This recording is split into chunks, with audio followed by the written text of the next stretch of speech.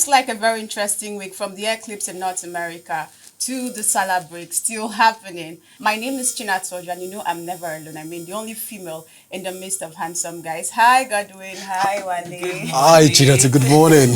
Good to have you.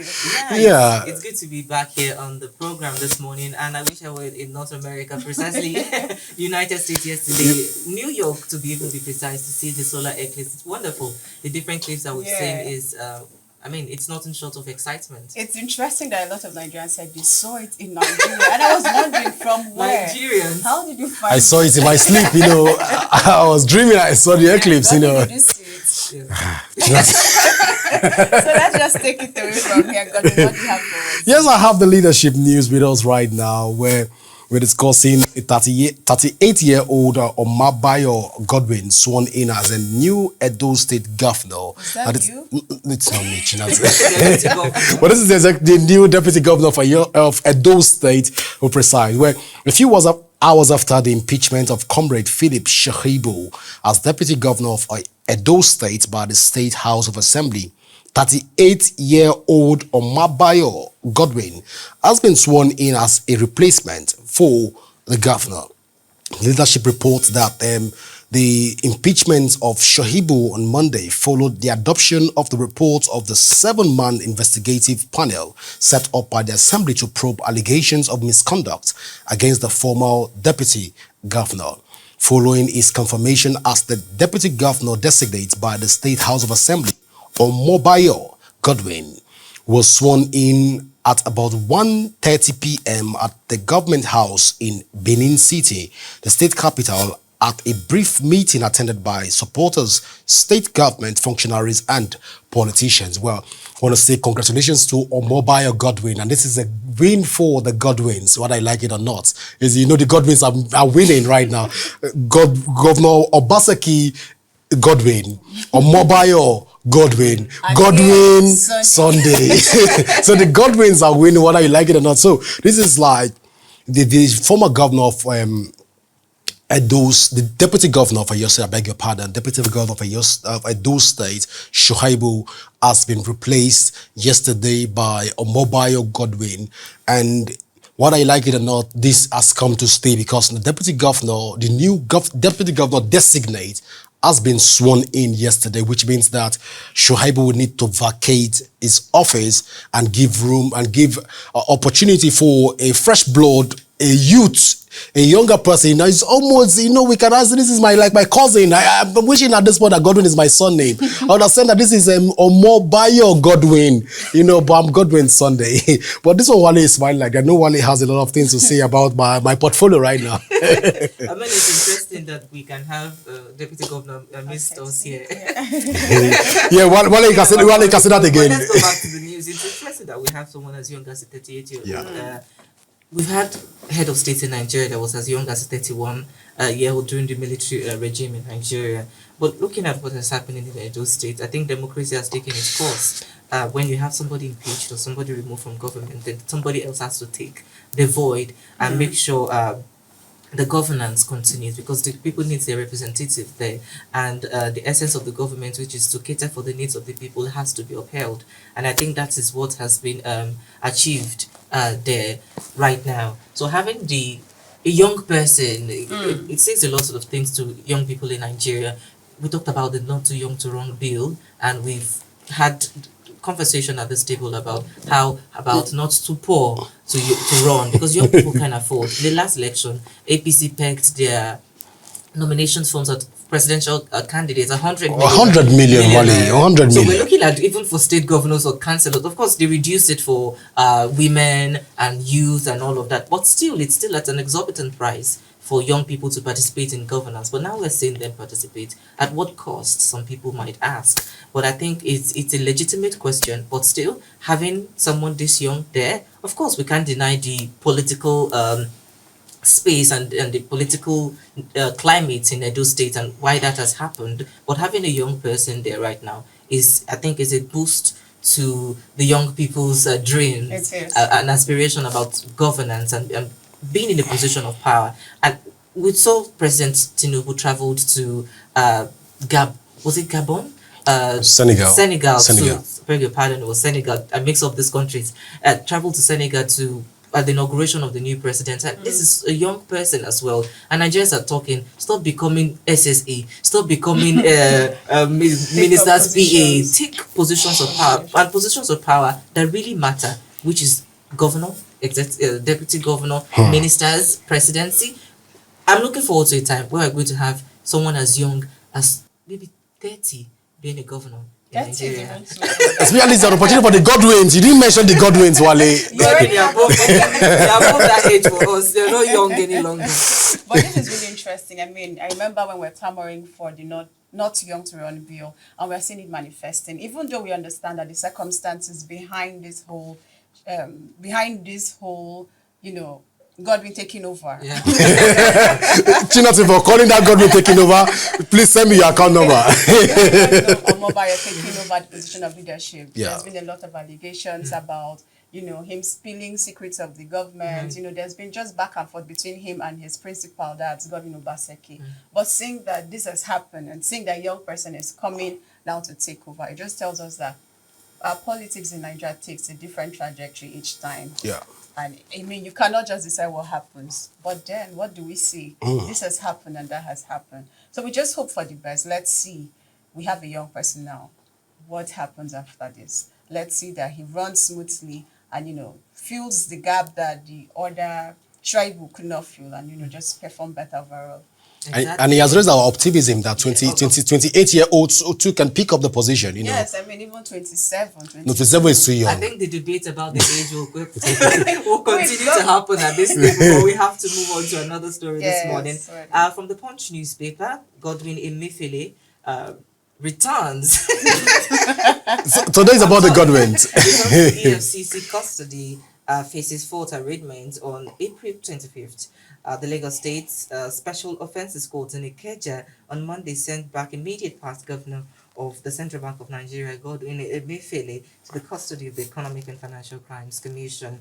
Justice Rahman Oshodi made the remand order shortly after the anti-graft agency arraigned Emefiele on 23 counts, charges bordering on abuse of office, accepting gratifications, corrupt demand, receiving property fraudulently obtained, and conferring corrupt advantages.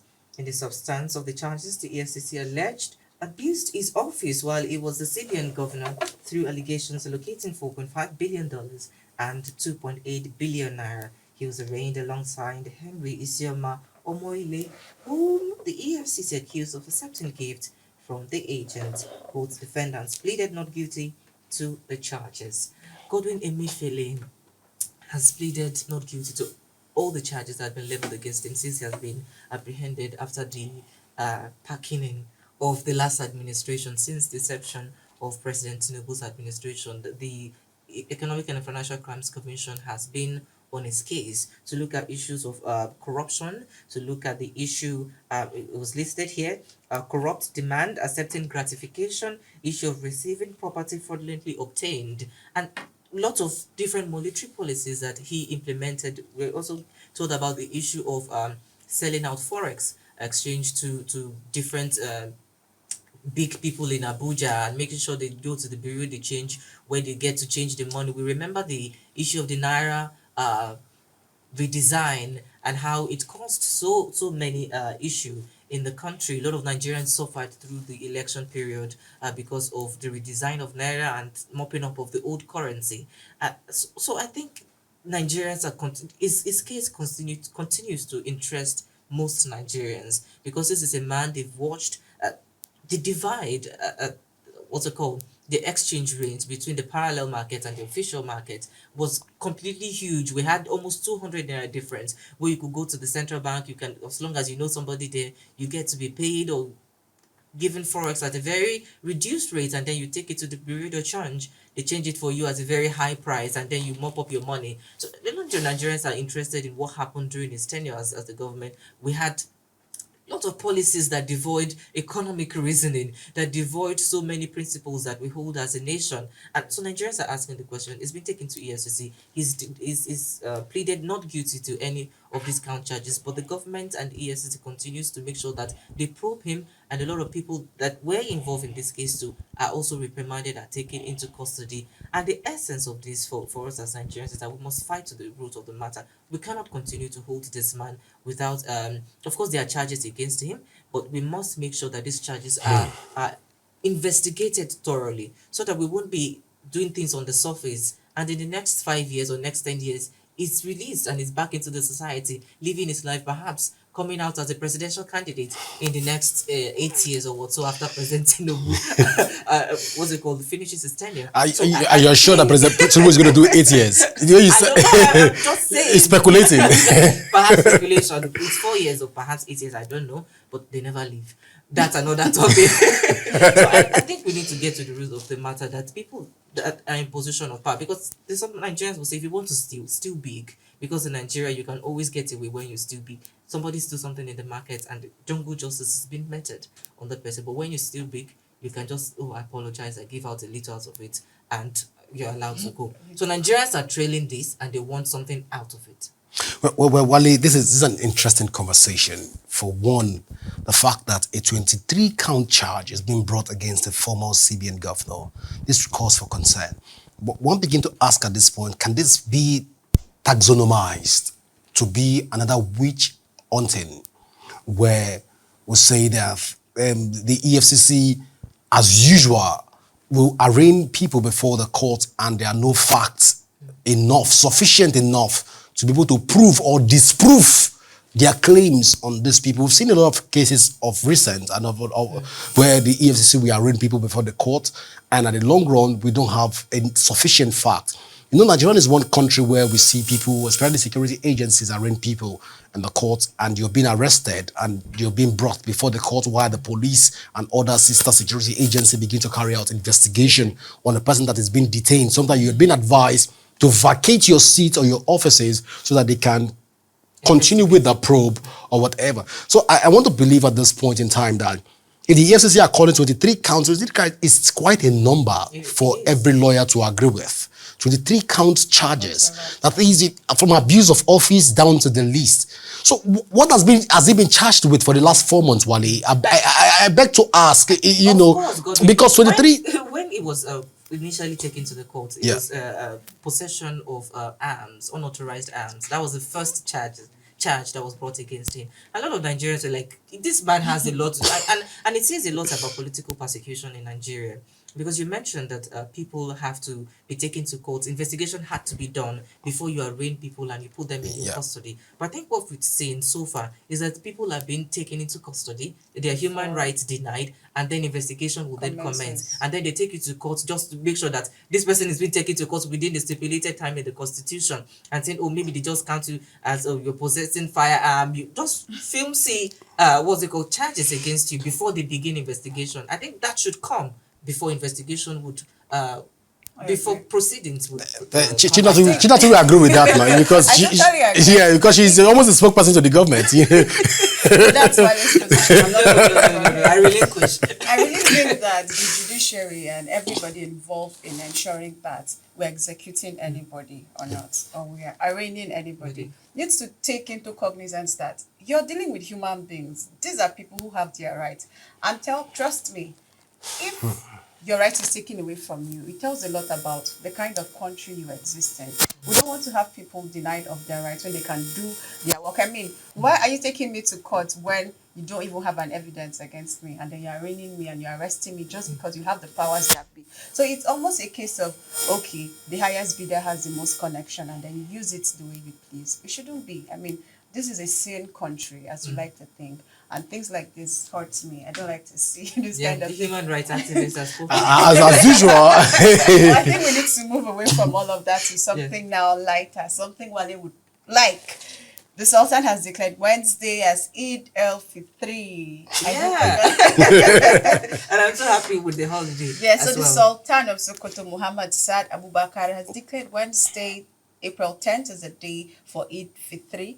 The Sultan, who is the President General of Nigeria's Supreme Council for Islamic Affairs, said the decision followed the report of national moon sighting committees across the country, confirming no sighting of the new moon.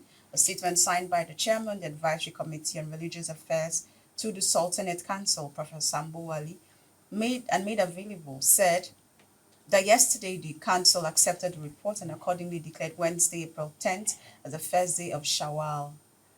Okay, Wale, what are we going to do? I think this is really just for you. It's a Wale conversation. So Wale, what do we I have think a here? lot of Nigerians will be happy that perhaps the repercussion of that is that we More now have an holiday, extension yeah. of the holiday running into Thursday. But I think it's a mood of celebration for Where are we Muslims going across. to? That's the problem. I really wish the Sultan can add 2 more days. Wale. I mean, it's almost No, Friday, but you know the no. thing, whether we have, it doesn't affect us. I Yeah, mean, we'll still be it here does working. not. It does not. really But affect it us. continues to be a mood of celebration for It people is. all around the world to make sure to understand that this 30 days of fasting has finally come to an end, and all the cessation from all all the time you've deprived yourself of food and water has finally come to an end. But the essence of this fasting itself is to teach yourself empathy. Part of the teachings of it is to make sure that we empathize with other people. It was 2 days ago, so yesterday we were talking about starvation as a form of crime against humanity and hunger all around the world. And the essence of it is that when you fast, you're able to understand how it feels. So when you be able to empathize with others and to create change where a need arises. But coming to Nigeria precisely, the federal government has added another day for the Easter. I beg your pardon. For the Eid, Easter we just concluded Easter not long before the Eid celebration, and I was Which is a good news to many civil servants. Good news to many Civil servants. because they have the opportunity to travel home and come back. Although some people might take the weekend completely I mean, with it's it. almost Friday, so I might as well. They just take it out, but we're feeling the people return back to their offices coming Friday. Yeah. But another conversation that we must have about this is that I was speaking to a friend yesterday, and the mood had completely changed from last year, talking about how it was celebrated, how a lot of people were happy, a lot of people got new clothes, celebrated with their family and friends, people traveled home. Now people are not being able to do that because of the economic situation in the country. It was last week also we were talking about not being a nation where we have to cancel so many things because we cannot celebrate. We want our people to be able to enjoy in the festive seasons, go to meet your family, be with loved ones, and ensure that your life is being well spent as a Nigerian citizen. So I think the government has to do something. I mean, we want to celebrate bigger Exactly, next want to year s- because we're asking exactly. Wale now. But Wale is refusing the president part of the question, Shinatu. And that question is, are we coming to eat ram, Well, I Wale? think we can talk to the can talk management. No, you can't talk to the management about eating ram, Wale. We need to know that the reason why we are asking. Because we don't have Maybe Chinatu is not setting it the right way. Wale, the reason no, Chinatu is not setting. You're just going back and tomorrow forth. we have a bowl Wale, you're going of back and ram. forth on this economic Wale, issues. We'll have a bowl of ram on Let me the take the table. word out of Chinatu's mouth. Wale, the Eid celebration has been postponed Yes. to tomorrow, and by extension, the federal government has, let me explain it more cordial. Maybe Chinatu didn't get the explanation right. It has been moved from Wednesday to Thursday, Wale. On this table, we want you to tell Nigerians, invite us officially. When are we coming to eat the ram, I Wale? think this is the time to tell Nigerians that at this table, we're going to have a bowl of ram tomorrow, and it's going to be a different edition where we eat and also invite you to join us. Very interesting. You know, while you were talking, I just remembered that I had a friend who said he was going to shop for the Salah celebration. And then he called me to say that he couldn't buy the things he needed to buy. You know, you raised the point about starvation. So he had to cut down his budget to the barest minimum. And it just tells you that a lot is happening in this country. But I hope for the Muslim faithful that next year it gets better. I mean, we can only pray. We've said a lot of prayers, and we've seen even people who do not really have trying to empathize by giving out arms to other people. I hope that by next year it gets better from here. And by the way, this is the small Salah, I think. This is like the small Salah. Yeah. But I So mean, they still usually the ram will still go, but you know, because right now Chinatu is you're just behaving as if you're not the Minister of Food Affairs. The conversation with Godwin today, because we've had the good Godwin and the bad Godwin. So you have the neutral Godwin now. Godwin is so I think concerned that about football. We need to move ahead. I think we To can the next continue. news conversation elsewhere. Yeah, exactly. So we're taking the last story. Federal government unveils citizens delivery tracker app for inclusive governance. The federal government yesterday launched an updated an innovative citizens delivery tracker app to give Nigerians, I beg your pardon, voice in the governance of their country. Speaking at the Go Live event in Abuja, Special Advisor to the President on Policy and Coordination, Head of Central Coordination Delivery Unit, CDCU, Hajia Hadiza Bala, said the platform would allow citizens the opportunity to monitor and give their own assessment about the performance of public officers, including ministers and their respective portfolios. A lot has been said about the administration of President Tinubu even before he came to power, while he was doing his campaign trail and during the time he won the election. That are we going to be able to hold this man accountable? This man seems to occupy all the space. He seems to have all the people around him. But we can see so far that there has been accountability with this government. We talked about Betta Edu, the former minister. The suspended minister who is still being investigated by EFCC. We saw how the president swung into action and make sure she was suspended from her office pending the time that the concluded the investigation. But now we're having the government unveil a tracker app where the citizens have the opportunity to monitor what these ministers, what these directors, what these heads of agencies have been doing for the past 6 months that they've been in office. What have they done? What are the policies that have been implemented? How was the money spent? How Nigerians benefited from different policies in different ministries? I think this is an opportunity. Of course, this is an app that has existed during the last administration, but it's been updated to give citizens opportunity to have access to it and be able to probe what their ministers are using their money to do. So I know I'm Sanchina is laughing, but let's give them the benefit of the doubt that this is going somewhere, because of course what you said this, we can't say this is the best that can come out of it, but so far we're heading somewhere. And I think this is a step in the right direction, that if this can prove that we can have a sense of accountability, I think it's worth taking cognizance of. Absolutely, what does it take? If it is something we can work with. I mean, we don't want a situation where we are saying, oh, this person did not do this minister did not do this, and then they're asking you, will you shut up? Or who will you report to? You know, because it's not enough to say, oh, we have an app. I mean, people build apps every day, right? But what do we do with it? What can we do with this app? Can we actually hold these people responsible?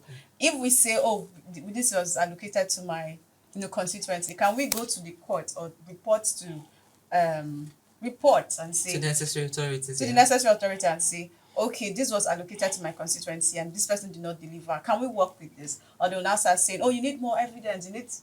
They'll now start putting you into all of that with my own situation. We don't want all of that, please.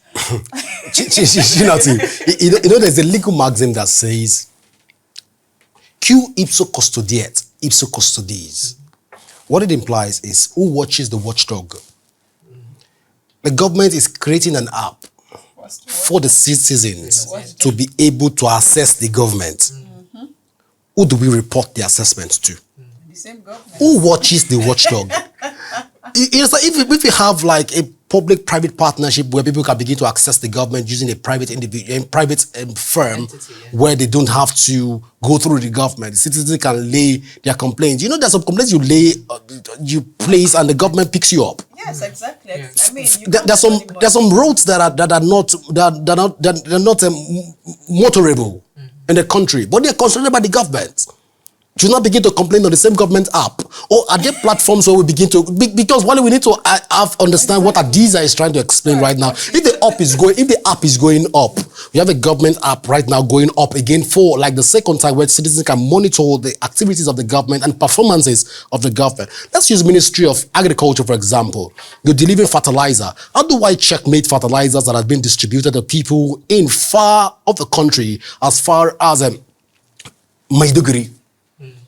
And be able to tell the government what is the proactiveness of the government to these all app implementations. Are there like a task force being put in place? We need to understand the mechanism of this, and not just telling us that there's an app where you can use to assess the government and also track the deliverables for the government. We need to know that When you track these things that they are not working, these are sanctions that will be mentored. Let citizens know so that we can be committed to a task, not just going to the app and be able to look at the task and look at the app and not just know what to do. But when you look at the app, you know that, okay, when I report this, that this number of sand that they told us they're going to buy, maybe they told us they're going to buy metric tons or whatever, 40 tons of sand.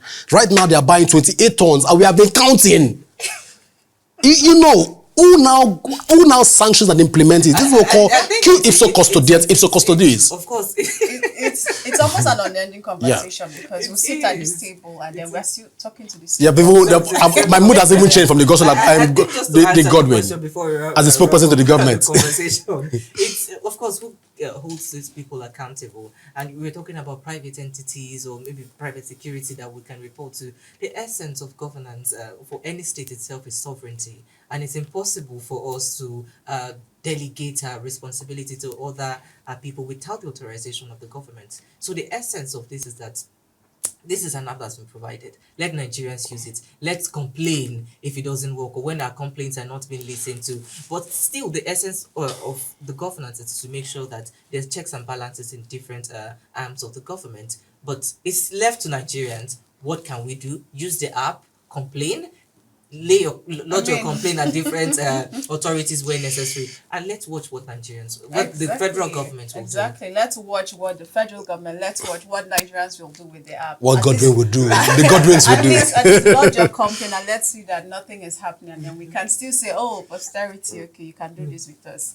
This is how we come to a conclusion today on Headline Reviews on AfroConnect TV. Trust me, I had an interesting conversation with my colleagues Godwin and Wale, and we can't wait to do this again with you tomorrow, same time, same station. Keep it locked, and don't forget to follow us across all our social media platforms currently displayed on your screen. Until we come your way again, my name is Chinatoji, and this is Bye Bye.